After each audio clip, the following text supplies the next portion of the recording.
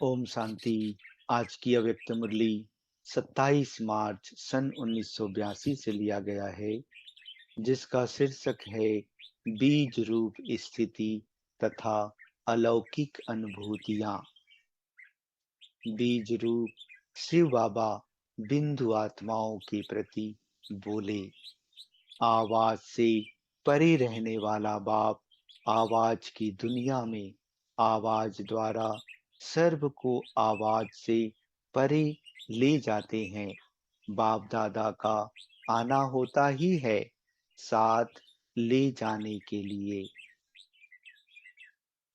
तो सभी साथ जाने के लिए एवर रेडी हो व अभी तक तैयार होने के लिए समय चाहिए।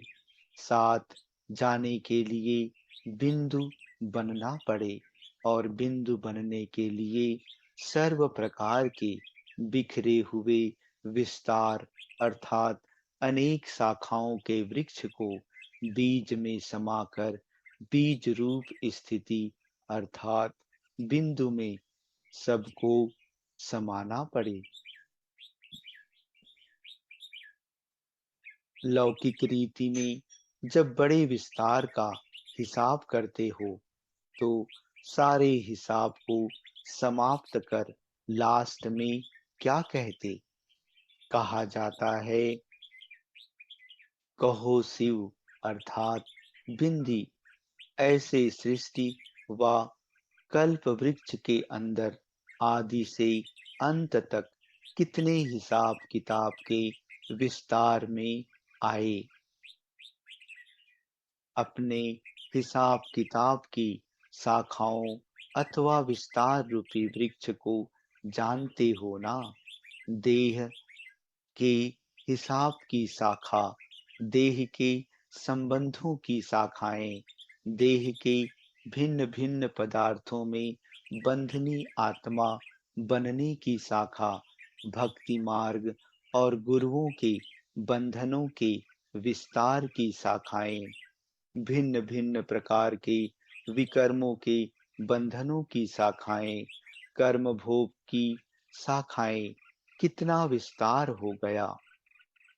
अब इन सारे विस्तार को बिंदु रूप बन बिंदी लगा रहे बिंदी लगा रहे हो।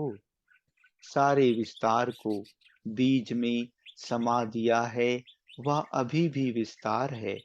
इस जर्जरीभूत वृक्ष की किसी भी प्रकार की शाखा रह तो नहीं गई है। संगम युग है ही पुराने वृक्ष की समाप्ति का युग। तो हे संगम युगी ब्राह्मणों, पुराने वृक्ष को समाप्त किया है। जैसे पत्ते पत्ते को पानी नहीं दे सकते, बीज को देना अर्थात सभी पत्तों को पानी मिलना, ऐसे इतने 84 जन्मों के भिन्न भिन्न प्रकार के हिसाब किताब का वृक्ष समाप्त करना है। एक एक शाखा को समाप्त करने का नहीं, आज देह के स्मृति की शाखा को समाप्त करो और कल देह के संबंधों की शाखा को समाप्त करो। ऐसे एक एक शाखा को समाप्त करने से समाप्ति नहीं होगी। लेकिन बीज बाप से लगन लगाकर लगन की अग्नि द्वारा सहज समाप्ति हो जाएगी। काटना भी नहीं है, लेकिन भस्म करना है। आज काटेंगे, कुछ समय के बाद फिर प्रकट हो जाएगा, क्योंकि वायुमंडल के द्वारा वृक्ष को नेचुरल पानी मिलता रहता है। जब वृक्ष बड़ा हो जाता है तो विशेष पानी देने की आवश्यकता नहीं होती। नेचुरल वायुमंडल से वृक्ष बढ़ता ही रहता है व खड़ा हुआ रहता है। तो इस विस्तार को पाए हुए जड़ जड़ी भूत वृक्ष को अभी पानी देने की आवश्यकता नहीं है। यह ऑटोमेटिक बढ़ता जाता है। आप समझते हो कि पुरुषार्थ द्वारा आज से ही देह संबंध की स्मृति रूपी शाखा को खत्म कर दिया, लेकिन बिना भस्म किए हुए फिर से शाखा निकल आती है। फिर स्वयं ही स्वयं से कहते हो, वाह, बाप के आगे कहते हो कि यह तो हमने समाप्त कर दिया था, फिर कैसे आ गया? पहले तो था नहीं, फिर कैसे हुआ? कारण, काटा लेकिन भस्म नहीं किया। आग में पड़ा हुआ बीज कभी फल नहीं देता। तो इस हिसाब किताब के विस्तार रूपी वृक्ष को लगन की अग्नि में समाप्त करो। फिर क्या रह जाएगा? देह और देह के संबंध व पदार्थ का विस्तार खत्म हो गया तो बाकी रह जाएगा बिंदु आत्मा व बीज आत्मा। जब ऐसे बिंदु बीज स्वरूप बन जाओ, तब आवाज से परे बीज रूप बाप के साथ चल सको। इसलिए पूछा कि आवाज से परे जाने के लिए तैयार हो। विस्तार को समाप्त कर दिया है। बीज रूप बाप बीज स्वरूप आत्माओं को ही ले जाएंगे। बीज स्वरूप बन गए हो। जो एवर रेडी होगा उसको अभी से अलौकिक अनुभूतियां होती रहेंगी। क्या होंगी?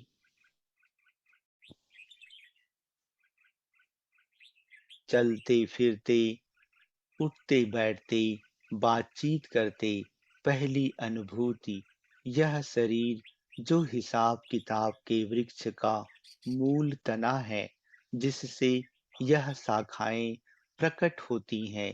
यह देह और आत्मा रूपी बीज दोनों ही बिल्कुल अलग हैं। ऐसे आत्मा न्यारेपन का चलते फिरते बार बार अनुभव करेंगे। नॉलेज के हिसाब से नहीं कि आत्मा और शरीर अलग हैं, लेकिन शरीर से अलग मैं आत्मा हूँ। यह अलग वस्तु की अनुभूति हो। जैसे स्थूल शरीर के वस्त्र और वस्त्र धारण करने वाला शरीर अलग अनुभव होता है, ऐसे मुझ आत्मा का यह शरीर वस्त्र है। मैं वस्त्र धारण करने वाली आत्मा हूँ। ऐसा स्पष्ट अनुभव हो। जब चाहे इस देह भान रूपी वस्त्र को धारण करें, जब चाहे इस वस्त्र से न्यारे अर्थात देह भान से प्यार न्यारे स्थिति में स्थित हो जाएं। ऐसा न्यारेपन का अनुभव होता है। वस्त्र को मैं धारण करता हूँ या वस्त्र मुझे धारण करता है। चैतन्य कौन, मालिक कौन? तो एक निशानी न्यारेपन की अनुभूति। अलग होना नहीं है, लेकिन मैं हूं ही अलग। दूसरी निशानी व अनुभूति, जैसे भक्तों को व आत्मज्ञानियों का व कोई कोई परमात्म ज्ञानियों को दिव्य दृष्टि द्वारा ज्योति बिंदु आत्मा का साक्षात्कार होता है। तो साक्षात्कार अल्पकाल की चीज है। साक्षात्कार कोई अपने अभ्यास का फल नहीं है। यह तो ड्रामा में पार्ट व वरदान है।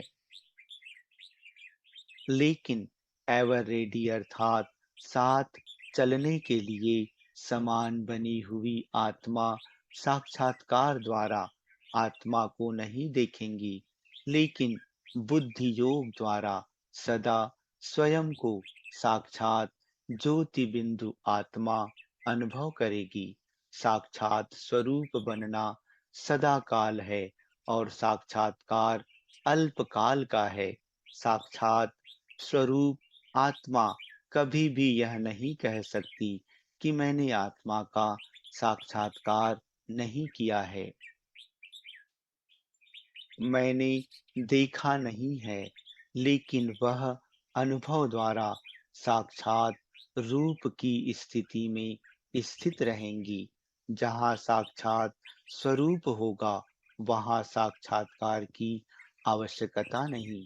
ऐसे साक्षात आत्मा स्वरूप की अनुभूति करने वाले अथॉरिटी से निश्चय से कहेंगे कि मैंने आत्मा को देखा तो क्या, लेकिन अनुभव किया है। क्योंकि देखने के बाद भी अनुभव नहीं किया, तो फिर देखना कोई काम का नहीं। तो ऐसे साक्षात आत्म अनुभवी चलते फिरते अपने ज्योति स्वरूप का अनुभव करते रहेंगे।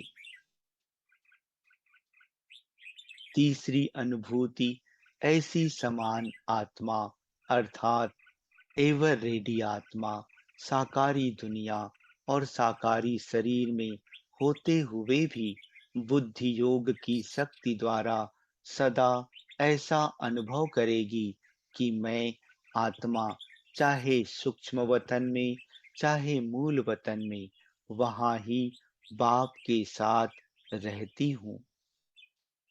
सेकंड में सूक्ष्म वतन वासी, सेकंड में मूल वतन वासी, सेकंड में साकार वतन वासी हो कर्म योगी बन कर्म का पार्ट बजाने वाली हूँ, लेकिन अनेक बार अपने को बाप के साथ सूक्ष्म वतन और मूल वतन में रहने का अनुभव करेंगे। फुर्सत मिली और मूल वतन व सूक्ष्म वतन में चले गए। ऐसे सूक्ष्म वतन वासी मूल वतन वासी की अनुभूति करेंगे, जैसे कार्य से फुर्सत मिलने के बाद घर में चले जाते हैं। दफ्तर का काम पूरा किया तो घर में जाएंगे व दफ्तर में ही बैठे रहेंगे। ऐसे एवर रेडी आत्मा बार बार अपने को अपने घर के निवासी अनुभव करेंगी, जैसे कि घर सामने खड़ा है, अभी अभी यहाँ अभी अभी वहां साकारी वतन के कमरे से निकल मूल वतन के कमरे में चले गए।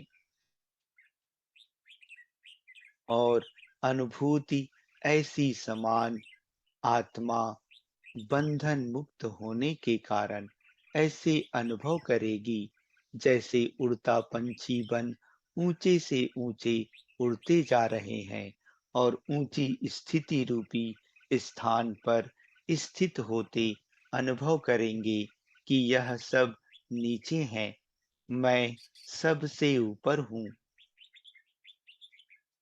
जैसे विज्ञान की शक्ति द्वारा स्पेस में चले जाते हैं, तो धरनी का आकर्षण नीचे रह जाता है और वह स्वयं को सबसे ऊपर अनुभव करते और सदा हल्का अनुभव करते हैं। ऐसे साइलेंस की शक्ति द्वारा स्वयं को विकारों की आकर्षण व प्रकृति की आकर्षण सबसे परे उड़ती हुई स्टेज अर्थात सदा डबल लाइट रूप अनुभव करेंगे। उड़ने की अनुभूति सब आकर्षण से परे ऊंची है, सर्व बंधनों से मुक्त है। इस स्थिति की अनुभूति होना अर्थात ऊंची उड़ती कला व उड़ती हुई स्थिति का अनुभव होना। चलते फिरते जा रहे हैं, उड़ रहे हैं, बाप भी बिंदु मैं भी बिंदु दोनों साथ साथ जा रहे हैं। समान आत्मा को यह अनुभव ऐसा स्पष्ट होगा जैसे कि देख रहे हैं। अनुभूति के नेत्र द्वारा देखना दिव्य दृष्टि द्वारा देखने से भी स्पष्ट है। समझा? ऐसे तो विस्तार बहुत है, फिर भी सार में थोड़ी सी निशानियां सुनाई। तो ऐसे एवर रेडी हो, अर्थात अनुभवी स्वरूप हो, साथ जाने के लिए तैयार हो ना? या कहेंगे अभी अर्जुन यह रह गया है। ऐसी अनुभूति होती है वह सेवा में इतने बिजी हो गए हो जो घर ही भूल जाता है। सेवा भी इसलिए करते हो कि आत्माओं को मुक्ति व जीवन मुक्ति का वर्षा दिलाएं। सेवा में भी यह स्मृति रहे कि बाप के साथ जाना है, तो सेवा में सदा अचल स्थिति रह सकती है। सेवा के विस्तार में सार रूपी बीज की अनुभूति को भूलो मत। विस्तार में खो नहीं जाओ। विस्तार में आते स्वयं भी सार स्वरूप में स्थित रह और औरों को भी सार स्वरूप की अनुभूति कराओ। समझा? अच्छा। ऐसे सदा साक्षात आत्म स्वरूप के अनुभवी मूर्त सदा सर्व हिसाब किताब के वृक्ष को समाप्त कर बिंदी लगाए बिंदी रूप में स्थित रह बिंदु बाप के साथ सदा रहने वाले अभी अभी कर्मयोगी अभी अभी सूक्ष्म वतनवासी अभी अभी मूल वतनवासी ऐसे सदा अभ्यासी आत्मा सदा अपनी उड़ती कला का अनुभव करने वाली आत्मा ऐसे बाप समान एवं रेडी आत्माओं को बाप दादा का याद प्यार और नमस्ते। अच्छा। ओम शांति।